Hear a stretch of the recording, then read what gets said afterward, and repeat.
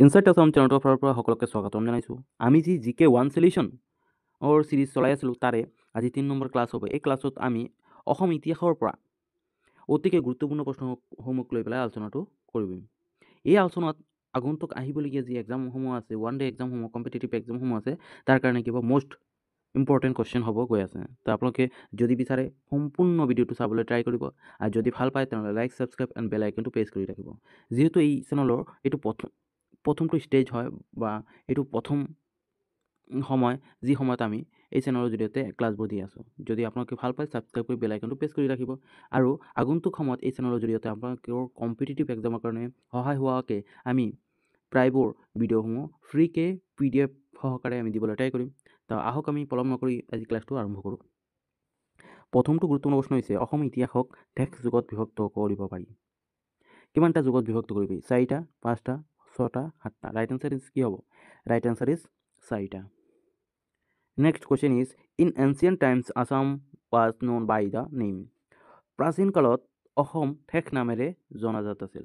কি নামেৰে জনাজাত আছিল প্ৰাচীন কালত? Kaliabor, Pragjyotish, Guwahati, Charaideo. Right answer is কি হ'ব? আপোনালোকে পাৰিলে ট্ৰাই কৰিব এনচাৰ দিবলৈ। Right answer is Pragjyotish.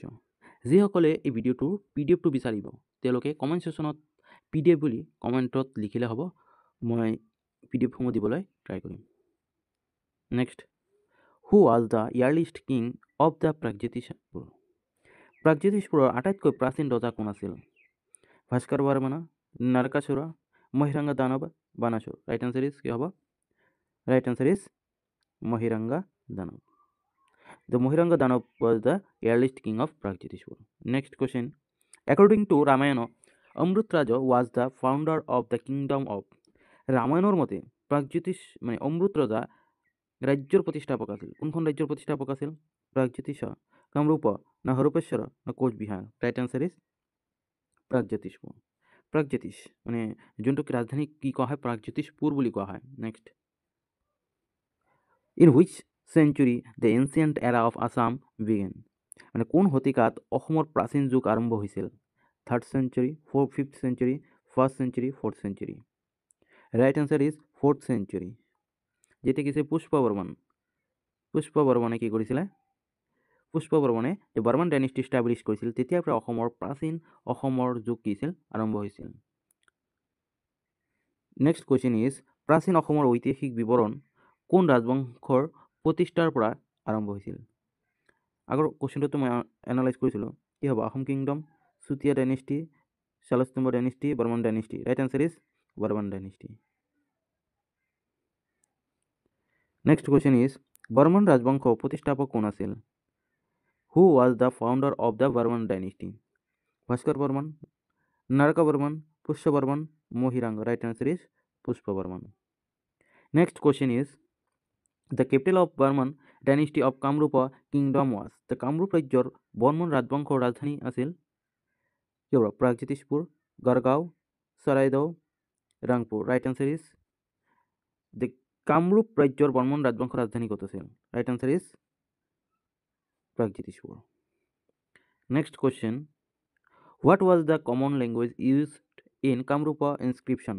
Kamrup শিলালিপিত সাধাৰণ ভাষা কি ব্যৱহাৰ কৰা হৈছিল? সাধাৰণ ভাষা হিচাপে কামৰূপৰ যি ইনস্ক্ৰিপশ্যনবিলাক আছে তাত কোনটো ভাষা ব্যৱহাৰ কৰা হৈছিল? Pali, Hindi, Bangla, Sanskrit. Right answer is Sanskrit. Next question is Varman ৰাজবংশৰ শাসক মহাভূতি বৰ্মন জনপ্ৰিয় আছিল। মহাভূতি বৰ্মন জনপ্ৰিয় আছিল।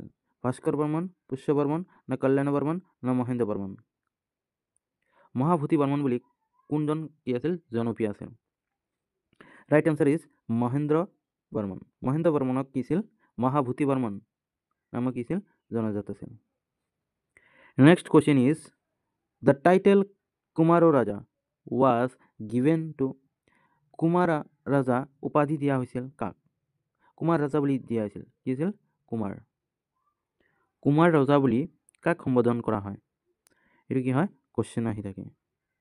কি হ'ব? Bhuti Varman, Bhaskar Varman, Pushpa Varman, Mahendra Varman. Right answer is Bhaskar Varman. যিহেতু কি আছিল? তেওঁ কুমাৰ আছিল, বিবাহ কৰা নাছিল, এইকাৰণে কি আছিল? তেওঁক কুমাৰ বৰ্মন হিচাপে উপাধি দিয়া হৈছিল। Next question is, in ancient Kamrup, Brahmadeva land was gifted to. প্ৰাচীন কামৰূপত ব্ৰহ্মদেৱ দেৱা ভূমি উপহাৰ দিয়া হৈছিল। কাক দিয়া হৈছিল? গডছ না য়োগীছ না ব্ৰাহ্মণ না কি আছে ব্ৰাহ্মণাস। ব্ৰহ্মাক দিয়া হৈছিল, ব্ৰাহ্মণক দিয়া হৈছিল, নে য়োগীক দিয়া হৈছিল, নে গডক দিয়া হৈছিল? ৰাইট এনচাৰ ইজ কি হ'ব? ব্ৰাহ্মণাস দিয়া হৈছিল। মানে যিসকল ব্ৰাহ্মণ আছিল তেওঁলোকক কি আছিল? তেনেধৰণৰ ব্ৰহ্মদেৱ দেৱা ভূমি উপহাৰ দিয়া হৈছিল। নেক্সট কুৱেশ্যন ইজ, বৰ্মন ৰাজবংশৰ যুগত নিম্নলিখিত কোনটো সাধাৰণ ভাষা নহয়? সাধাৰণ ভাষা আমি পাইছিলোঁ, সংস্কৃত ভাষা পাইছিলোঁ আমি। ইয়াৰ ভিতৰত কোনটো ভাষা কি আছিল? সাধাৰণ ভাষা নহয় বুলি সুধিছে। নহয় বুলি সুধিছে, এইখিনি কি হ'ব চাব লাগিব। ৰাইট এনচাৰ ইজ কি হ'ব? পালি। পালি ভাষাটো কি আছিল? অসমৰ সাধাৰণ ভাষা নাছিল সেই সময়ত।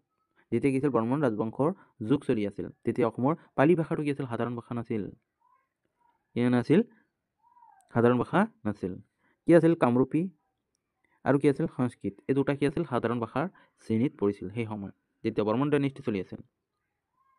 নেক্সট কুৱেশ্যন ইজ, নিম্নলিখিত কোনটো অসমত আৱিষ্কৃত প্ৰাচীনতম এপিগ্ৰাফিক উৎস? ডুবি কপাৰ প্লেট, না পাৰ্বতীয়া কপাৰ প্লেট, না নিদানপুৰ কপাৰ প্লেট, না উমাচল ৰক ইনস্ক্ৰিপশ্যন। মানে এই চাৰিটাৰ ভিতৰত কোনটো কি হ'ব? অসমৰ আৱিষ্কৃত প্ৰাচীনতম এপিগ্ৰাফিক উৎস হয়। প্ৰথম উৎস কৈছে, ইয়াৰ ভিতৰত কোনটো হ'ব? ডুবি কপাৰ প্লেট, না Parbatiya copper plate, Nidhanpur copper plate, the Umachal rock inscription. Right answer is কি হ'ব? The Umachal rock inscription. সেইটো কি হ'ব? Right answer. এইটো আছিল অসমৰ আটাইতকৈ আৱিষ্কৃত হোৱা প্ৰাচীনতম এপিগ্ৰাফিক উৎস। Next, in which century the Pala dynasty came into the existence. মানে কোন শতিকাত পালো ৰাজবংশ অস্তিত্বত আহিছিল? 4th চেঞ্চুৰী নহয়, এইটোতো আমি কি পাইছিলোঁ? 4th চেঞ্চুৰী কি পাইছিলোঁ? আমি বৰ্মন ডাইনেষ্টিৰ কথা পাইছিলোঁ। 7th century, 9th century, 12th century. Right answer is কি হ'ব? Right answer is 9th century. Next question is, কামৰূপৰ বিষয়ে উল্লেখ কৰা হিউৱেন চাং। হিউৱেন চাঙৰ কিতাপখনৰ নাম কি আছিল? তেওঁ কাৰ দিনত আহিছিলে, কেতিয়া আহিছিলে, সেই গোটেইখিনি তথ্য আমি কি কৰিম? কনচেপ্ট ক্লাছত সেই গোটেইখিনি আমি দিয়াৰ ট্ৰাই কৰিম। আপোনালোকে যদি বিচাৰে এই কনচেপ্ট ক্লাছটো কোনে বিচাৰে যে অসম ইতিহাসৰ পৰা অসমৰ ৰাজনীতিক, অৰ্থনৈতিক আৰু অসমৰ বায়'ডাইভাৰ্চিটি যিমান যি আছে গোটেইখিনি যদি কনচেপ্ট ক্লাছ আপোনালোকে বিচাৰে, তলত কমেণ্ট ছেশ্যনত কমেণ্ট কৰিব।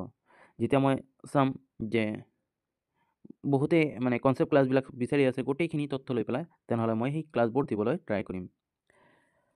কামৰূপৰ বিষয়ে উল্লেখ কৰা হিউৱেন চাঙৰ কিতাপখনৰ নাম কি আছিল? চিঅ'কি। কি হ'ব? ৰাইট এনচাৰ কি হ'ব? হয়তো সকলোৱে জানে কি হ'ব? চিঅ'কি। ৰাইট এনচাৰ ইজ চিঅ'কি। Next question is, what was the capital of Pala dynasty? Pala dynasty কি আছিল? ৰাজধানী ক'ত আছিল? পালা ৰাজবংশৰ ৰাজধানী কি আছিল? Biswanath, Sadiya, Durjaya, none of this. Right answer is কি হ'ব? Right answer is Durjaya. Durjaya is the capital of Pala dynasty. The next question is, what was the ancient name of Kachar? Kachar প্রাচীন নাম কি আছিল? হিড়িম্বা, হাজো, কামরূপা, শোণিতপুর। রাইট অ্যান্সার কি হ'ব? কি হ'ব? হিড়িম্বা। নেক্সট কুৱেশ্যন ইজ, কামৰূপৰ পাল ৰাজবংশৰ সৰ্বশ্ৰেষ্ঠ ৰজা কোন আছিল? কি আছিল? পাল ৰাজবংশৰ কি আছিল? সৰ্বশ্ৰেষ্ঠ ৰজা কোন আছিল? Dharmapal, Jaypal, Ratnapal, Gopal. Right answer is কি হ'ব? ধৰ্মপাল। কি হ'ব? ধৰ্মপাল। যিজনে তাৰ নেক্সট কুৱেশ্যন ইজ, আজিলৈকে ইমানেই আছিল। আজি আমি 20টামান কুৱেশ্যন লৈ পেলাই অসম ইতিহাসৰ গুৰুত্বপূৰ্ণ প্ৰশ্নসমূহক লৈ আলোচনাটো কৰিলোঁ। যদি এই ভিডিঅ'সমূহ আপোনালোকে ভাল পায় তেনেহ'লে লাইক কৰিব, কমেণ্ট কৰিব। কমেণ্ট কৰিবলৈ নাপাহৰিব, যাতে কি কৰিব পাৰোঁ আমি আপোনালোকৰ কমেণ্ট চাই পেলাই আমাৰ ভিডিঅ'সমূহ আমি কেনেধৰণৰ শুধৰণি কৰিব পাৰোঁ বা কোনবোৰ বিষয় আপোনালোকৰ অতিকৈ প্ৰয়োজনীয়তা আছে সেই সম্পৰ্কে আপোনালোকে জনাব পাৰিব। ক্লাছসমূহ কেনেধৰণৰ হ'ল সেইখিনিও জনাব পাৰিব। যদি আপোনালোকে PDF বিচাৰে আপোনালোকে তলত কমেণ্ট কৰিব, আৰু কমেণ্ট কৰাৰ লগে লগে আমি PDFসমূহ দিয়াৰ ব্যৱস্থা কৰিম। আৰু যদি আপোনালোকে বিচাৰে তেনেহ'লে কি কৰিব পাৰে? ছাবস্ক্ৰাইব কৰি বেল আইকনটো প্ৰেছ কৰি ৰাখিব। আৰু যদি আপোনালোকে ভিডিঅ'সমূহ উপকৃত হৈছে বুলি ভাবে তেতিয়া নিশ্চয়কৈ আপোনালোকে মোৰ লগত থাকিব বুলি আশা ব্যক্ত কৰিলোঁ। আজিলৈকে ইমানে আছিল। ধন্যবাদ।